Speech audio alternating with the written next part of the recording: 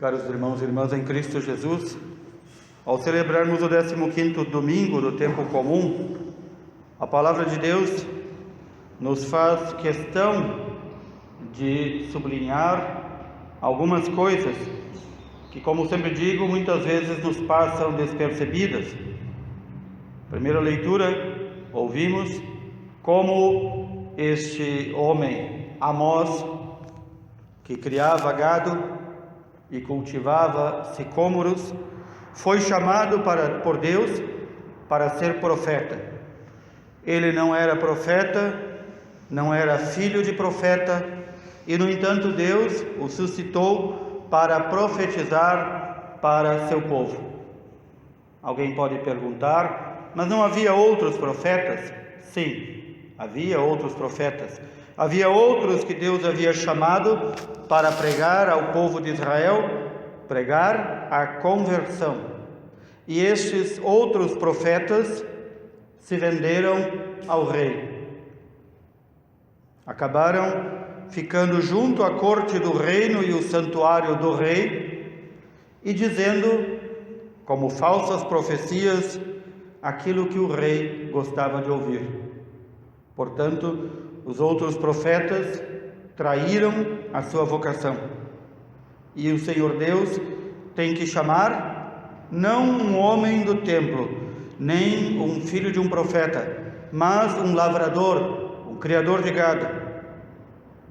E diz: não vá para a corte do reino, não vá para o santuário do rei, vá profetizar para Israel, meu povo. E este profeta Amós acaba profetizando aquilo que o povo não quer ouvir. E muitas vezes, como os demais verdadeiros profetas, acaba sendo perseguido, não só pelo mundo, mas também por aqueles que deveriam ser de Deus e já não querem mais Deus, não querem ouvir o que Deus vai falar. Por isso, o Salmo 84 diz: quero ouvir o que o Senhor irá falar. E o que o Senhor vem falar para nós? Vem falar que é necessário a nossa conversão a Ele, para então recebermos a sua paz. Quero ouvir o que o Senhor irá falar. É a paz que Ele vai anunciar. O Senhor nos dará tudo de bom, se nós, confiantes, nos entregarmos a Ele. Da fidelidade, da pouca fidelidade que nós temos para com Deus, Deus nos abençoa com a sua mais alta fidelidade. E então, podemos nos perguntar: qual é o propósito de minha vida? Este domingo também nos interroga: qual é o propósito de minha vida? Por que Deus me chamou à vida e não chamou outro? Cada um de nós é um chamado exclusivo de Deus. São Paulo nos ensina nesta segunda leitura, a carta de São Paulo aos Efésios, que antes que Deus criasse todas as coisas, Ele já havia nos escolhido. Pensemos que amor tão grande, que Deus já nos conhecia mesmo antes de criar o mundo. E Ele não só nos conhecia, mas nos escolheu. Para quê? Para sermos seus filhos adotivos, por meio de nosso Senhor Jesus Cristo. Mas também para que nós sejamos santos e irrepreensíveis diante dEle. Essa talvez seja a tarefa mais difícil para nós, que fomos chamados por Deus à vida. Mas é a tarefa que cada um de nós deve, na sua intimidade, desenvolver este amor e esta plenitude de amor a Deus, a ponto de sairmos desta vida já santificados, prontos para o céu. Para isso é que nós fomos chamados, nos diz São Paulo, para que sejamos santos e irrepreensíveis diante do olhar de Deus. Todos nós, cada um de nós, analisando a sua vida, pode saber o quão é difícil ser irrepreensível diante dos olhos de Deus. Deus, que as menores faltas também pune, Imaginemos, é uma tarefa que sozinhos nós não conseguimos. Ninguém consegue sozinho a santificação da sua vida. É necessário a graça de Deus. É necessário que, nas muitas e muitas vezes que nós caímos em pecado e deixamos de ser irrepreensíveis diante de Deus, nós peçamos perdão. A vida humana, portanto, é esta tensão entre viver aqui a vida do corpo e do espírito. Essa tensão que somente a graça de Deus pode abrandar. E então, nós vamos conhecendo, por meio de nosso Senhor Jesus Cristo, a vontade do Pai. E qual é a vontade do Pai? São Paulo também nos diz nesta carta: Ele, Deus Pai, nos fez conhecer o mistério da sua vontade e o seu desígnio benevolente, para que, por meio de seu Filho Jesus Cristo, Senhor nosso, todas as coisas sejam recapituladas. O que significa este ser recapitular? O que significa este verbo recapitular? Significa tornar Cristo cabeça de todas as coisas. É aqui que nós percebemos que muitas vezes quando caímos, quando erramos, quando pecamos, nós não colocamos Cristo como cabeça de nossa vida. Nós queremos ser a cabeça de nossa vida. E assim como Deus chama a cada um de nós para sermos santos e irrepreensíveis, também Ele chama a cada um de nós para uma vocação específica, para um chamado específico. Muita gente, usando uma linguagem das seitas, diz assim: Deus tem um plano para a sua vida. É claro que Deus tem um plano para a nossa vida. É o plano que nós nos santifiquemos e, ao final de nossa vida, possamos ir morar com Ele. Mas Deus não tem um plano para que tu sejas engenheiro, médico, advogado, doutor. Não tem um plano para que tu seja um atleta, que tu seja um intelectual. Não tem um plano para que tu te case e tenha filhos, ou seja sacerdote, ou viva solteiro consagrado a Deus. Isso não está no plano de Deus. Deus não age conosco como se fôssemos robôs que tivéssemos que obedecer cegamente. Estes planos são nossos. Os planos de como vamos viver aqui e o que vamos fazer da vida como dom que recebemos está em nossas mãos, unicamente em nossas mãos. E é sobre estes planos que nós fazemos que muitas vezes nos perdemos. Achamos que esta vida vai durar eternamente aqui na terra. E então fazemos planos, como muitas vezes como padre, já tive a oportunidade de ver pessoas com 99 anos e ainda pensando o que vai fazer na semana que vem, o que vai fazer com a aplicação no banco, o quanto vai juntar de coisas, quantos parafusos, quantas porcas, quantos cabos de aço, quantos pedacinhos, quantos sapatos, quantas roupas vai ajuntar. E quanto ainda vai trabalhar para ter mais bens materiais. Certamente esses que assim fazem não colocam Cristo como sua cabeça, mas colocam a si mesmo como sua cabeça. E então Deus, no meio deste nosso plano individual que nós traçamos, e muitas vezes traçamos mal, porque não queremos que Deus nos diga, não nos indique os caminhos dele, preferimos fazer o nosso caminho, e então nós ficamos naquela escolha que não é irrepreensível diante de Deus, e acabamos nos perdendo pelo caminho. E com isso não deixamos que a graça de Deus penetre em nossa vida. Por isso, este plano individual que nós traçamos para a nossa vida, ser isto ou aquilo, fazer isto ou aquilo, nós devemos colocar sempre nas mãos de Deus e verificar com Ele, por meio da oração, do diálogo com Ele, se este plano está de acordo com a vontade de Deus. Essa é a nossa liberdade. Deus nos deixa completamente livres para viver aquilo que escolhemos. Ele vai nos preparando e diria, colocando a sua graça na nossa vida quase como um colchão, aquele colchão que os bombeiros colocam quando alguém vai pular de um prédio. A graça de Deus é quase como esse colchão. Deus Pai está pronto sempre para nos agarrar, para nos segurar, para não deixar que nós nos machuquemos e não machuquemos os outros.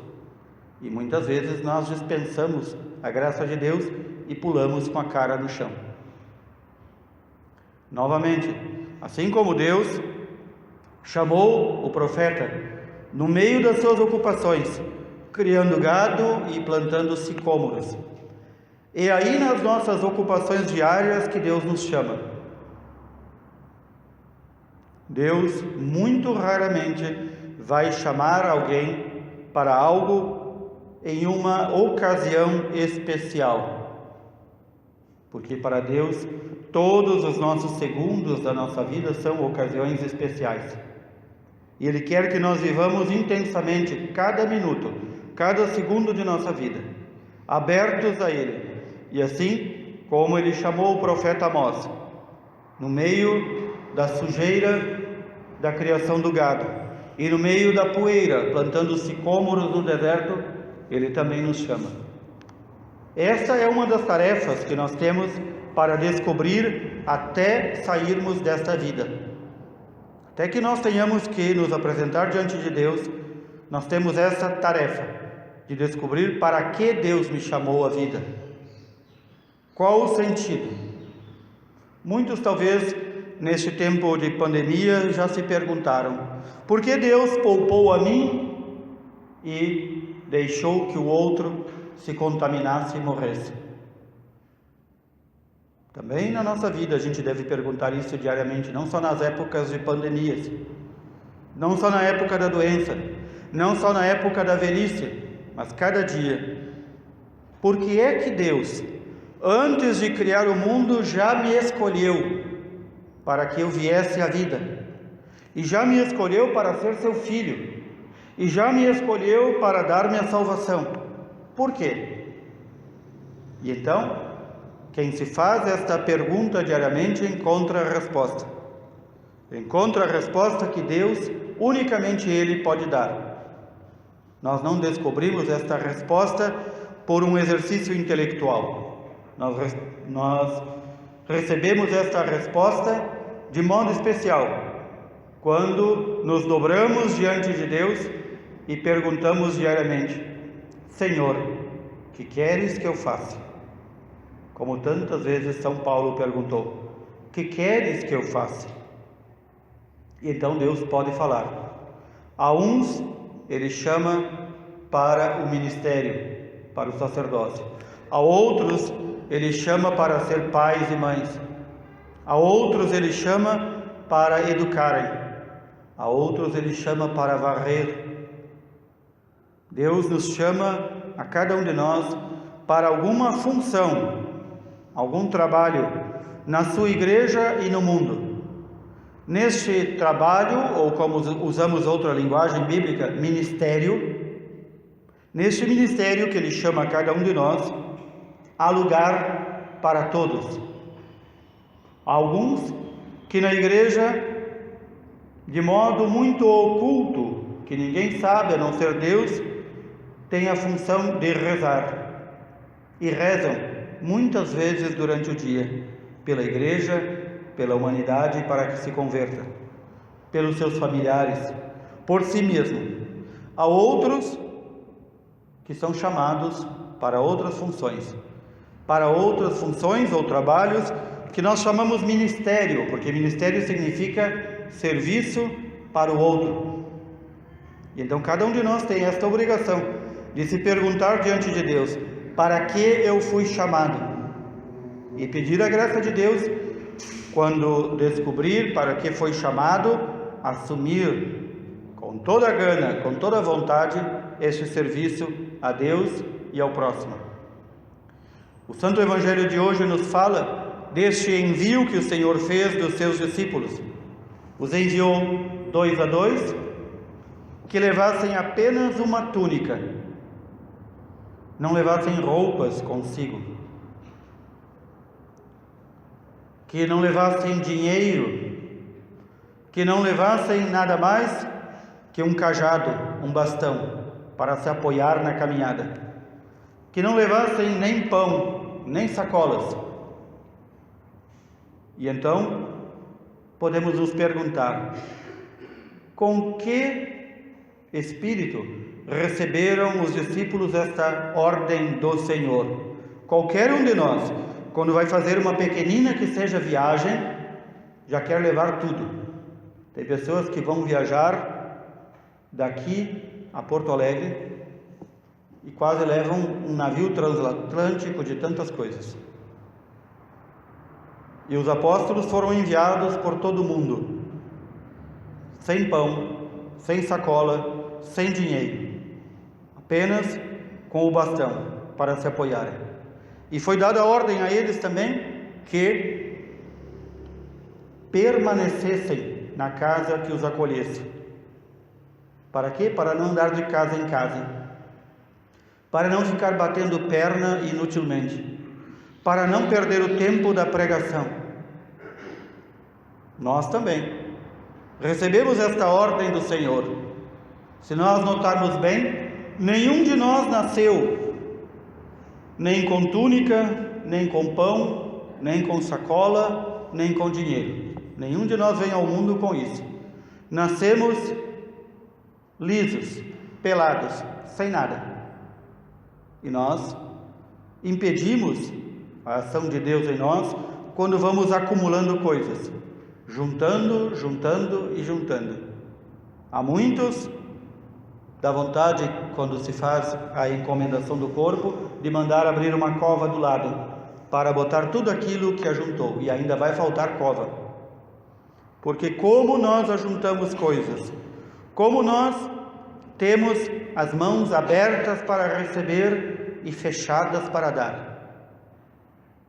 Nós nos apegamos às coisas e a esta vida neste mundo como se fosse a única, como se fosse a eterna, e nos esquecemos de Deus e do reino futuro.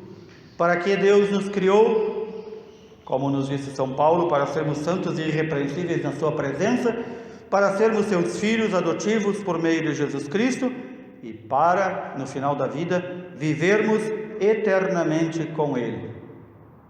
Por isso, diante dos nossos atos e planos do dia a dia, devemos ter este horizonte, esta dimensão. Nós fomos criados para a vida eterna. Nós não fomos criados para a vida neste mundo. Nós aqui fomos lançados como peregrinos, que andam apenas com um cajado. Este cajado é bem o símbolo da graça de Deus. Também estes apóstolos do Senhor, que foram de 2 a 2, curando todas as enfermidades e lançando fora todos os espíritos impuros e imundos, onde eram recebidos? Nós podemos nos perguntar: o que comiam? O que bebiam? O que vestiam? É a pergunta que nós, como igreja, também devemos nos fazer hoje. A igreja do Senhor, que somos nós, do que vive, o que come, o que veste? Como nós mantemos a nossa comunidade? Como é que nós ajudamos a manter a nossa comunidade? A presença de Cristo entre nós. Aqui na nossa paróquia, logo que cheguei, vi uma lista grande, muito grande, de comunidades. Comunidade significa um grupo de cristãos que vive em comum. E muitas delas já fechadas, outras por fechar as portas, e outras ainda que só tem talvez uma pessoa que abra e que reze por aquela comunidade. Logo que nosso novo bispo chegou, fiz questão de fazer um passeio pelas comunidades mais próximas que já fecharam, e o bispo me perguntou: mas por que fechou? Não tem povo? Eu digo: veja aí a multidão de povo que temos, mas é um povo que se tornou apenas povo, esqueceu-se que é povo de Deus, e já não se reúne para rezar, e já não se reúnem para louvar a Deus. E para estes que esqueceram que são povo de Deus e se tornaram apenas povo, para estes tanto faz como tanto fez. Eles vão recordar da igreja apenas quando vierem pedir o batismo para seus filhos e quando pedirem que o padre vá lá jogar uma água benta e fazer umas orações sobre o seu defunto. Esta é a grande maioria. Infelizmente é a grande maioria. E não é uma coisa desta geração. Aqui em Bagé são pelo menos 200 anos de ação e presença da igreja. E há 200 anos atrás, quando se estuda a história, era da mesma forma. Significa que não são os pais de agora que não ensinaram a fé a seus filhos. Vem de muito longe. Quando nós abandonamos a nossa comunidade, quando nós não nos sentimos responsáveis por ela e esperamos que os outros façam tudo nela, então ela desaparece. E desaparecendo a nossa comunidade, desaparece o próprio Cristo. E o que entra no lugar de Cristo em nossas comunidades?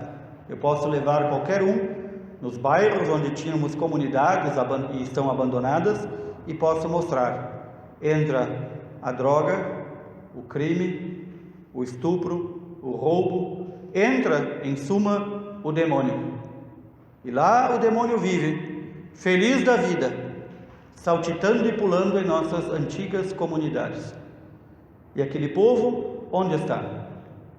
Está preocupado com a sua vida mortal. Está preocupado em juntar coisas. Está preocupado já na quinta-feira em planejar a festa que vai fazer na sexta-feira.